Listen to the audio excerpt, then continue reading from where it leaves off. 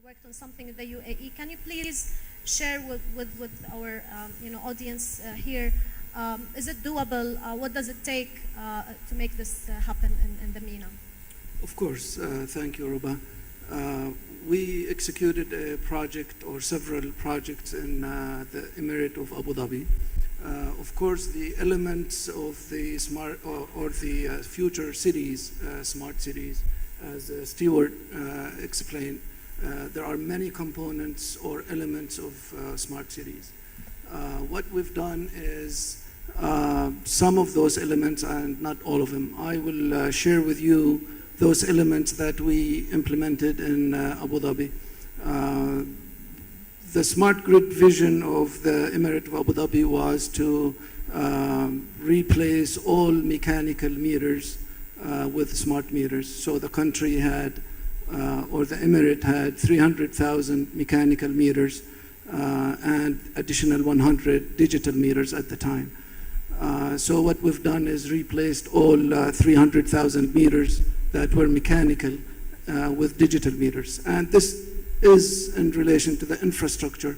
You would need an infrastructure to enable some of the components of smart cities, and that infrastructure is required to do so.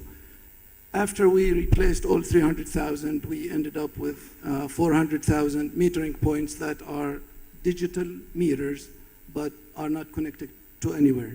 So the next phase of the project was to install and commission communication systems that connect to those digital meters and interrogate and communicate the data that is collected from these meters into a centralized system over a wireless connection.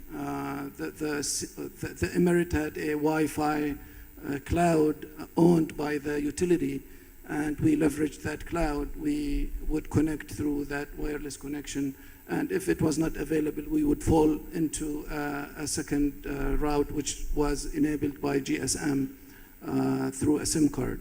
We would transport all the data into a centralized server and integrate that all the way through the utility systems, all the way to the billing system, and generate the monthly bill for water and electricity and send it to the customer. After that, or another component of smart city was street lighting. What we have done is for all of the street lights of Abu Dhabi, we did not touch the existing infrastructure. We just added components to allow us to remotely monitor and control all of the street lights. Things like turn on, turn off the light, dim the lights to a certain level based on utilization of the street or traffic at the time. Of course, at night, like 3 a.m., there isn't much traffic, so we would dim the light to a very minimum level, not to jeopardize, of course, safety and security to citizens. So these kinds of projects we've implemented. In addition to that, we've done a leakage detection system on the water network. So we would monitor the sound of the leak, basically, Kharir al-Ma. We have devices installed in the network at certain locations throughout the network that would transmit data into a centralized server with some modeling on that data, estimate possibilities of proximity of a water leak in a specific location to dispatch crews to fix that leak. Another example was a pilot we've done on the sewage system where we would install sensors that sense the odor of the smell of sewage to improve the quality and detect leaks in the sewage system. With that system, we would also monitor the flow of the liquids in the sewage system as well as odor, transmit that into a centralized data server and manipulate and analyze the data to make some informed decisions by the operations people. So with these examples, there are many other elements of the smart cities but these were the examples that real case in the region with the size of those metering points. 400,000 is a massive number of points to manage the data and work with it. What are the benefits? At the end of the day, are we doing this just because it's fun? We enjoy technology, we love it, we have lots of money to do it. True, but at the end of the day, we need to have benefits to the utility as well as to the customers. The first of which was improved customer service to the customers. Once we implemented that smart metering system, processes took all the way, went from like 7 days turnaround time into 15 minutes in some cases. I'll give you an example of that. If you did not pay your bill for a long period of time, the way things were in that country, that they did not push you too much to pay your bill. So there was a lot of debt that the utility owed to consumers because they did not disconnect power when you did not pay. They decided to implement a solution that was part of the system. Is if you exceed a certain dollar amount, they would just disconnect electricity. And they, with using the system, remotely disconnected electricity. With the push of a button, you would disconnect power on that household. Of course, there are regulations against doing it. If there's a sick person in the house with certain conditions, you couldn't do it. But if legally it was okay to do it, the utility would just push a button to disconnect power. And consumers in the past, when power was disconnected, and if it was, they would need to go in to a customer service location, apply for reconnection, pay the fee, then the technician would need to go on site, reconnect it, come back. That took almost 3-4 days. With this new system, you would just call in, give them a credit card. They would return the power within 10 minutes of paying your bill. And that was great customer service improvement example, a realization of that benefit. Any economic returns that you can share with us, Doctor? Absolutely. The utility had owed, the consumers owed the utility close to about $50 million in monies that the citizens did not pay utility. Once we started implementing this solution, within 4 months, the utility recovered over $40 million of those monies. So that was a benefit to the utility in collecting the debt that was owed to the consumers. I can't go on and on. I know I have 5 minutes only, but there are challenges, lessons learned, and other benefits, but I do not want to take too much time. Thank you so much. This is very interesting because it's a living example, so we will be coming back to you and hopefully with more questions from the audience. I would like now to go to Mr. Bashar. Tell us more about your initiative and how do you see ICT and technology intersect with the smart city concept? Thank you. I think the topic of smart cities is very relevant now because of 2 reasons. So one is half of the world's population now live in cities, and there will be even more people coming to live in cities. So this is really where you have a small number of people, a large number of people in a small territory, which are becoming very vocal, and you need to make sure you have a sustainable, livable environment for them. That's the first driver. The second driver is technology today allows you to have a smart experience in cities, because these cities are instrumented, which means we have sensors everywhere. We heard a number of good examples. We have people with mobile phones everywhere.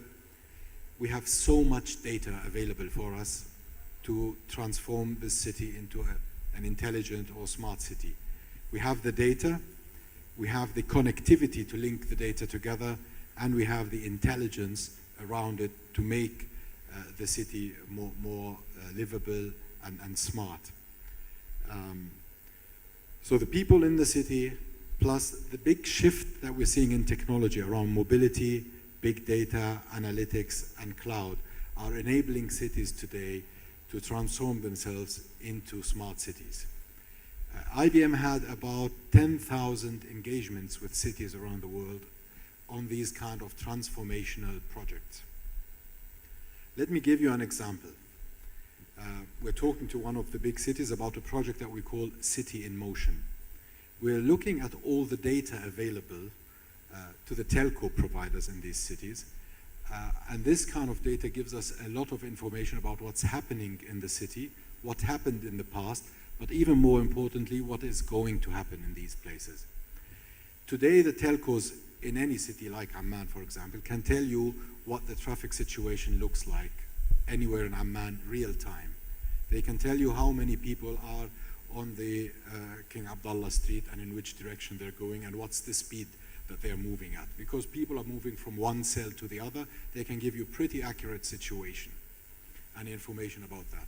This kind of data and information can be given to entrepreneurs, that can be given to startups to provide apps or solutions that give people information so that they can make a decision on when they want to go somewhere and how they want to get there quickest, fastest, and best. This kind of data is also available for commercial usage. So for example, in malls, people are interested in understanding who are the people coming into the mall at any time, what kind of clientele is coming to the mall, and how can we adjust our advertisements for that. You can start to make decisions as to where you want to be, at which point in time, when you want to go to which organization or which agency, and deliver the right solution based on the data that you have, which is real-time data. So smart cities is really about using big data to solve three issues. The first issue is everything to do with infrastructure. We heard the story about traffic, we heard the story about meters, energy, water, and so on. The second one is all about government and governing. It's about linking the data between the different agencies in order to provide safety and security, fast response systems, policies, enablement of having a single view of citizens and organizations. So when somebody goes to one agency or department, they know about him and they understand what kind of services he's looking for, and that can all electronically be integrated and handled together. That makes it a smart government and a smart experience in living in that place. The third element of that is everything to do with the people and the humans who live in this city. We spoke about smarter healthcare, we spoke about smarter education, we spoke about smarter care, we spoke about smarter safety, and everything to do with engaging these citizens who are the customers of this city.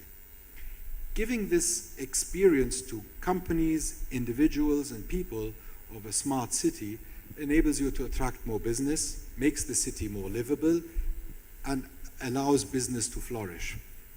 This is why I would say data is the next natural resource. And it's the kind of resource in which the more you refine it, the more you analyze it, the more you segment it, the more valuable it becomes. And this is the kind of asset that will be used by your IT sector to build valuable applications that add value to businesses and citizens in these cities, but also attract businesses, attract investment into this country. So this is really our next natural resource. What hydrocarbons and electricity was for the previous century is what data and smart analytics is for the business and the cities moving forward. Thank you very much. This is very inspiring and interesting. And I would like also now to raise another question. So all of these smart city solutions sound like infrastructure intensive, sound like they need lots of capital and money and operation costs and capex and so on. Where would the money come from? How can municipalities transform cities into smart cities? And maybe I can raise this to maybe start with Stuart and then go back to you, Mr. Bashar and others. If you can pass the mic, please. So that's a great question. So all of it is going to cost money, and so where's the money going to come from? Well, I have Scottish blood in my veins, and so I'm very frugal, which made me a good asset manager for the utilities I worked for. I'd say make it self-funding. So not all of it that we're talking about can be self-funding, but a lot of it can. An example we were talking about earlier today, one of the, there's a modest-sized city in Canada that I've been working with, who was planning to spend $40 to $50 million Canadian to replace their streetlight infrastructure with LEDs to save energy. And through looking at the options, we helped them identify the potential for somebody else to come in and make that investment, to bring in the streetlight conversion, and much like you spoke about, a wireless network that came with it. And so somebody else said, look, based on the energy efficiency savings and your ability to put solar panels on the poles and generate, we're willing to come in and make the investment. It looks like a 6-year payback to us. We'll make the investment. You pay us through the savings. We'll take the revenue off of the solar panels that you add to the system. You get the use of the communications network. It has you can add security cameras on. You can add traffic cameras on. And so, not only did they get somebody else to put forward the capital, there's actually a residual revenue stream that comes to them on an annual basis during that 6-year period. And so they wound up saving the $40–50 million that they were planning to spend, and can put it toward other parts of the infrastructure that may not be able to support it. The city I live in, Walnut Creek, California, has done something similar with its parking meters. They're all, it's a very, very interesting situation. They're all wirelessly connected. If you park in Walnut Creek and don't pay the meter, you can pay by phone, you can pay with your credit card, or you can put coins in it. Within 5 minutes of parking at that meter, there will be an enforcement person at that car to write you a ticket. Now, the city's then turned around and sold the data, much as my colleague was talking about. And so there are apps now that you can use in places like San Francisco and Walnut Creek to find open parking spaces. And so there's lots of ways to monetize the different parts of the investment that you're looking at making. And so, my strong recommendation as we go forward is to start looking at each of the pieces and finding the ways to monetize them or make them self-funding. Thank you so much, and I would like now to open the floor for questions from the audience. Please, sir, introduce yourself and ask your question.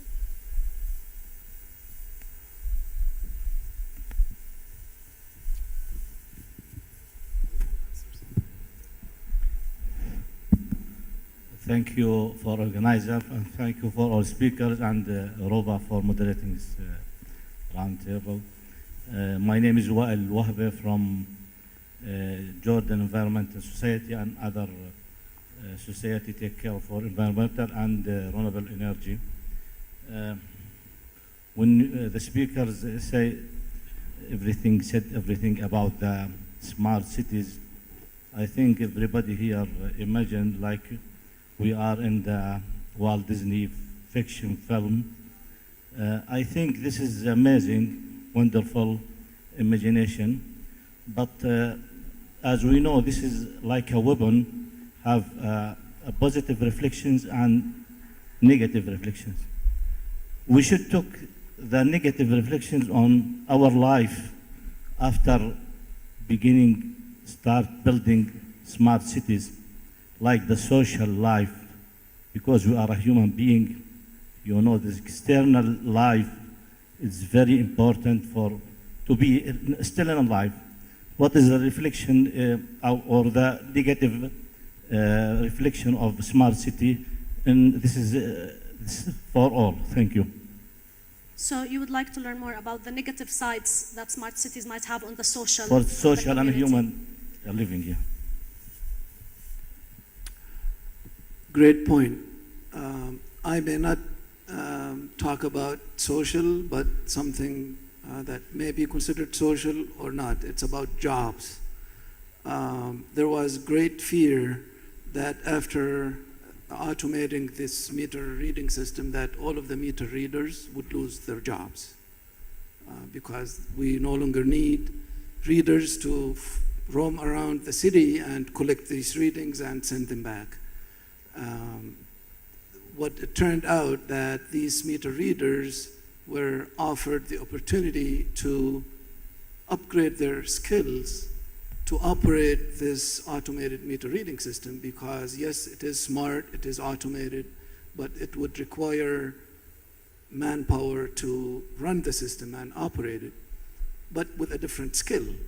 So that was a great opportunity to those readers to improve their skills to adapt to this new smart environment that improved their lives and with higher pay and improved their social life. I'm not sure if that's what you were referring to, but that's one example that I can share with social impact that may be viewed as negative, but in reality, we can turn that as positive. And on the Walt Disney one, maybe Hazem would like to reflect a little bit as well. The relationship. But I think cities that are not smart have a negative social, when we talk about smart cities, by definition, are cities that have efficient transportation systems, that have good public transportation systems, and this is where people meet and interact. I think in cities that do not have such systems, people are secluded and in their cars and in their suburbs, and so on the contrary, I think smart cities are better, across the board, even socially. I think the human aspect of a smart city is extremely important. So it's not only infrastructure, it's not only government, but it's really about people. And we spoke about healthcare, we spoke about education, we spoke about all of that. Today, there are tools that allow you to analyze the sentiment in the city or in parts of the city. People analyze tweets, Facebook, Instagram, and they can give you a pretty accurate view of what are the topics that are of interest to a certain city or a certain part of a city, and also give you a sentiment on that, sentiment index. Is it positive? Is it negative? Is it what kind of thing? So, of course, all of that comes into the bigger picture of an integrated, interconnected environment where people communicate with each other, with business, and with the government. I have a question here.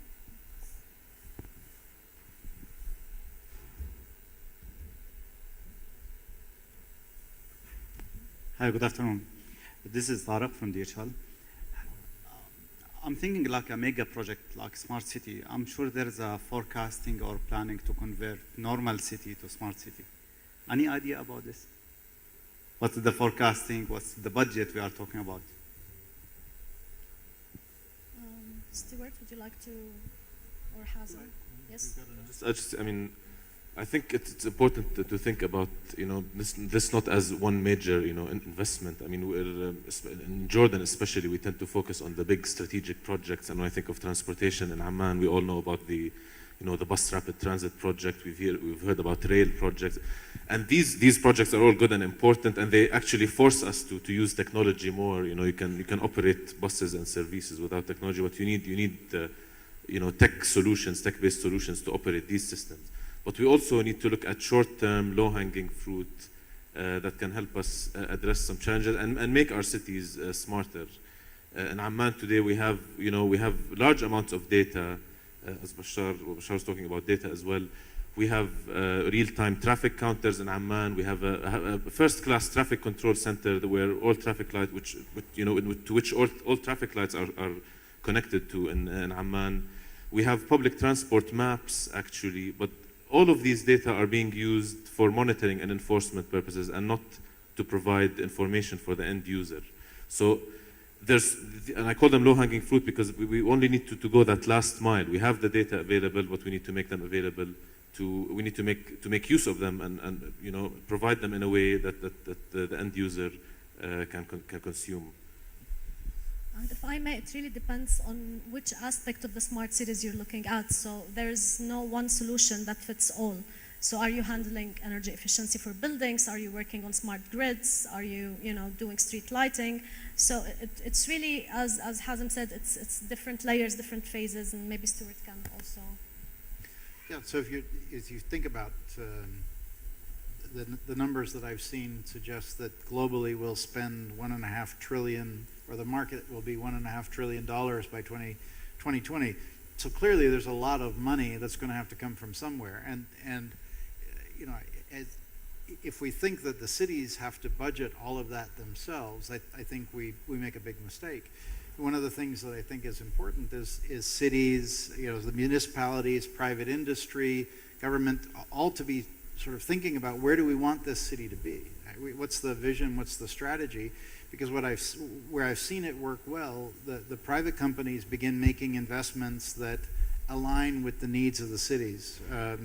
One of the utilities that I worked for in California, when we were bringing fiber optic cable to our own facilities for our own communication, we would bring extra capacity and donate it to the cities for their use in schools and those sorts of things. So if there's a common view of the vision, a lot of the investment can either be self-funding or it can be made in partnership between the people involved. A lot of my experience is that a lot of the businesses that live in those communities are willing to make an investment that's larger than their own need for the benefit of the city as well. And so the important thing is to understand what the vision and the goal is, and then take it in pieces. If you try to swallow it all at once, you'll never make it. And I'd like also here to maybe invite Dr. Saeed to maybe share with us what he thinks about the phases for implementation, like how can we go about it? Yeah, so actually this is a good point, and I'll tell you, we started this project 5 years ago to bring electric cars to Jordan and the electric car charging network. And in the US and Europe, I was part of a program that President Obama put, that they put billions of dollars to build the infrastructure, because that's what people think, the government has to put the infrastructure. And actually, just to tell you that actually that was a failed model, because what happened is they built the infrastructure, but people did not buy electric cars. So what I would caution is that sometimes people think of it that the government has to do everything, and people let the planners do planning and then follow them and just bring the money and everything will be hunky-dory. It doesn't work that way. What we discovered, for example, in the EV business, consumers in Jordan, for example, if you're going to ask them to buy electric cars, why would I do that? Very simple. And in the US, energy efficiency works, but the cost savings and return investment takes you years to recover between conventional cars and a regular car. It's not going to work. So you build the whole infrastructure, nobody will buy it, and you're going to go out of business, and that's what happens to companies in the US and in Europe. So the approach we took with the government, which took us 5 years, we're still working on it, no government funding yet. But the approach we took is say, okay, I have family here in Jordan. My brother, actually, he's a business guy. He will never drive a small car. He likes a Mercedes. But I found that every day he drives 50 to 100 kilometers. That costs him about 10 to 15 dinars. Everybody feels it. So what if I tell him, look, I'm going to bring you this cool car, which some of you who saw us yesterday, there are a lot of cool cars, all the technology, ICT, GPS, Bluetooth, and by the way, it's going to cost you every day only 2 dinars. I got his attention. So then I said, I'll send you one, try it. That was my guinea pig in Jordan. And when my brother said, you know what, screw that, I'm going to sell the Mercedes, give me this car, I felt like, there's something here. Because what we did with the government said, look, if you implement a solar charging network, which means we're going to put megawatts, tens of megawatts of solar charging station to offset the use of electric cars, which means totally zero emission. You as a consumer, when you import the car, if you part of that or you install solar system, you will get free customs, which in Jordan is a big pain. That doesn't exist, by the way, in other countries because they don't pay custom fees. But in Jordan, combination fuel savings with customs, you drive a brand new car, and I, as a private sector, build that infrastructure and you sign up with me. By the way, we stole this from the telecom. Those of you who are old enough remember that 20 years ago, there were no cell phones in Jordan. When you buy it, it was 1,000 dinars and you pay 30 cents. Today, it all was built with the infrastructure from private investment, and they're doing very well. You can ask the CEOs about their revenue. So it can work, but you have to do it with some risk, with some investment. It takes time, and you have to listen to the market. And the last thing I would warn, do not let the government lead everything. The government is good in some things, but some things, don't let them touch it. Just keep them out of it and let the private sector handle it. And thank you. And I would like also to say that maybe starting with some strategic pilots like the King Hussein Business Park, and JCP is trying to help them convert into a smart campus, might be a good way of showing case and demonstrating what would work in Jordan and what didn't. So we're looking forward to having some concrete results on this. I have a question over there, please. How much time do I have more? We should be wrapping it up. Okay, last question.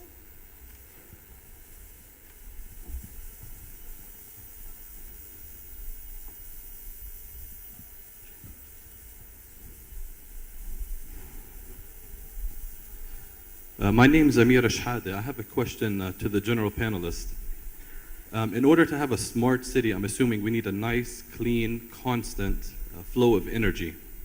To the best of my understanding, we have around 330 days of direct sunlight in Jordan, which is a beautiful means for clean energy, solar energy.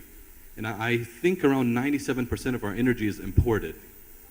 I'm wondering, why aren't we tapping into solar energy? And I'm probably saying that we're going to be signing a contract very soon with our neighbors in Israel for some energy. Am I missing something?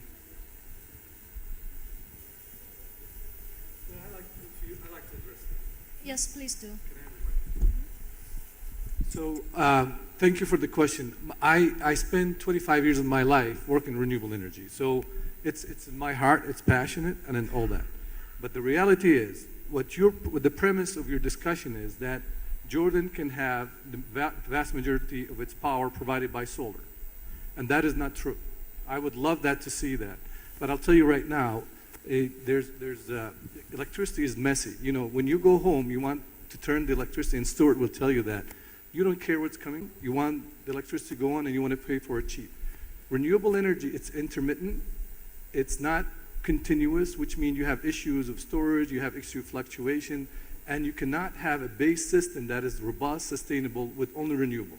Whether you like it or not, the vast majority of your base load has to be provided by a conventional source. Now, whether that source is natural gas, whether it's from Israel, anywhere, or whether it's nuclear, if it works for you, or if it's from whatever it is, you have to have that stable power that you can robustly enough rely on it.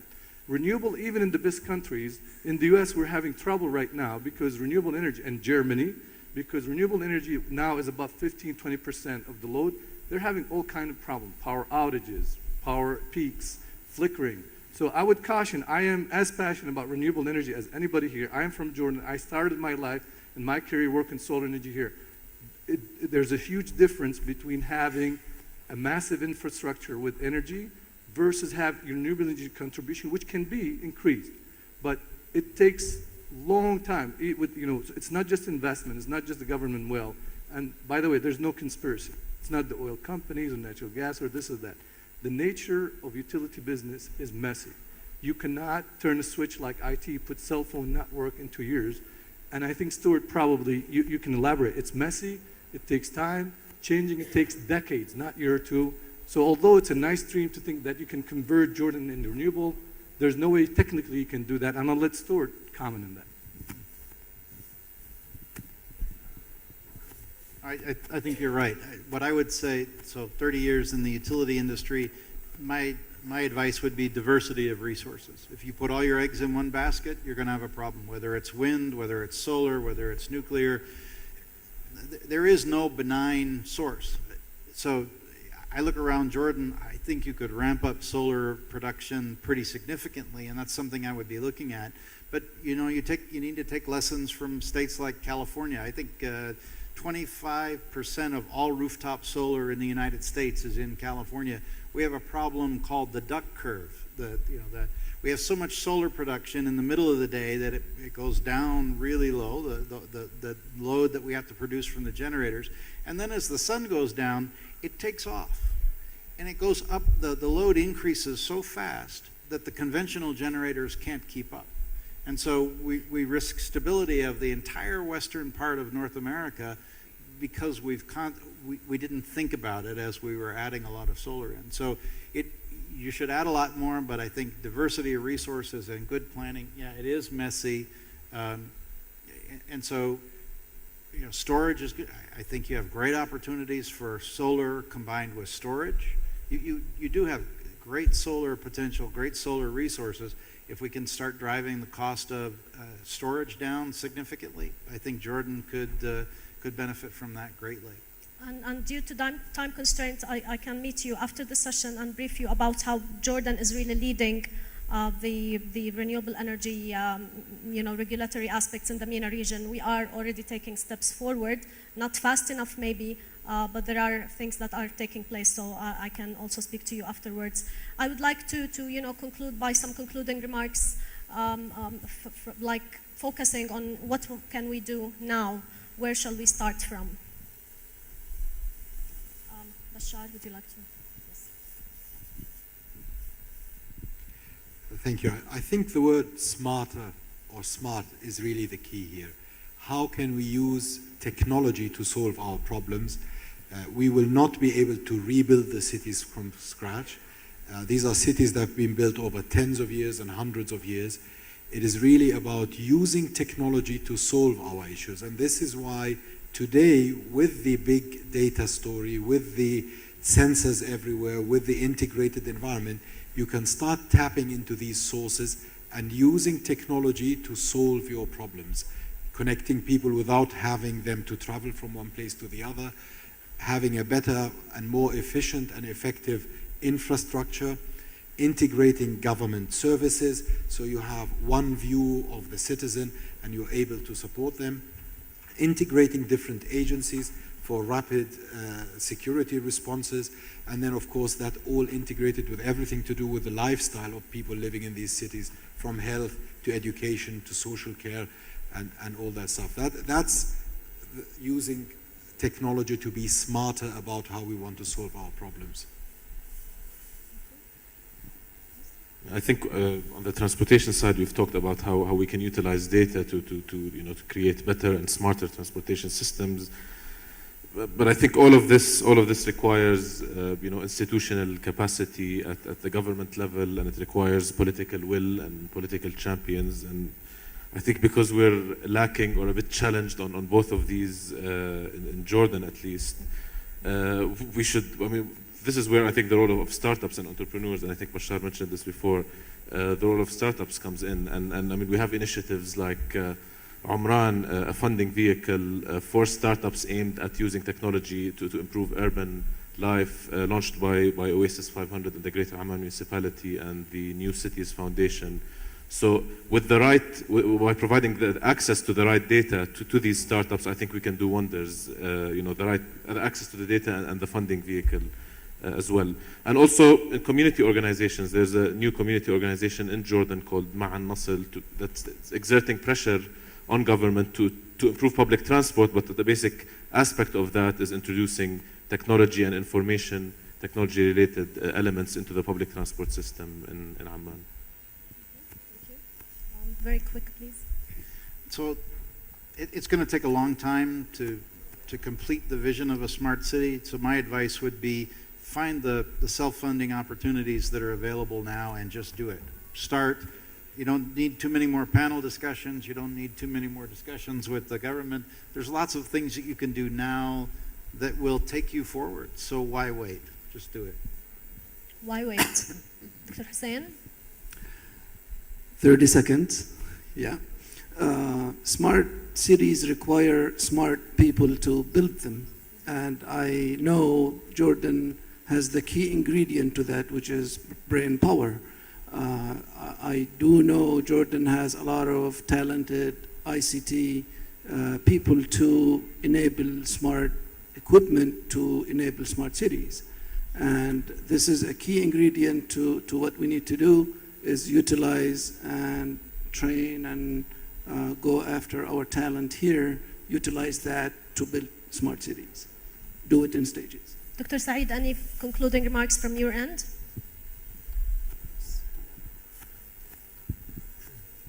I had the pleasure of being educated in Jordan. I reflected Hussein, so I'm going to tell you, nobody's going to solve the problem. Don't wait for the government. انتوا الشباب اللي هون شمر عن دراعك. There's huge opportunities when there's problems. Take advantage of it and solve it. The government is not going to come in and solve all your problems, but that's when you have the opportunity. But whether you like it or not, actually Jordan is much better than a lot of places. I am in Chicago. If you think dealing with the government of Jordan is tough, try to deal with Exelon, for God's sake. I mean, you're like you're banging your head. So Jordan problems are not unique. Utility is all over the world, are the worst. They're dinosaurs. They don't like to change. Someone told me from utility, only tollway booths like change. Nobody else does it. So there's not unique problems. Jordan's doing very well. And I think I'm very optimistic that with the help of the people, it will work. Thank you very much. Ladies and gentlemen, please join me in thanking our panelists. And thank you very much for your patience.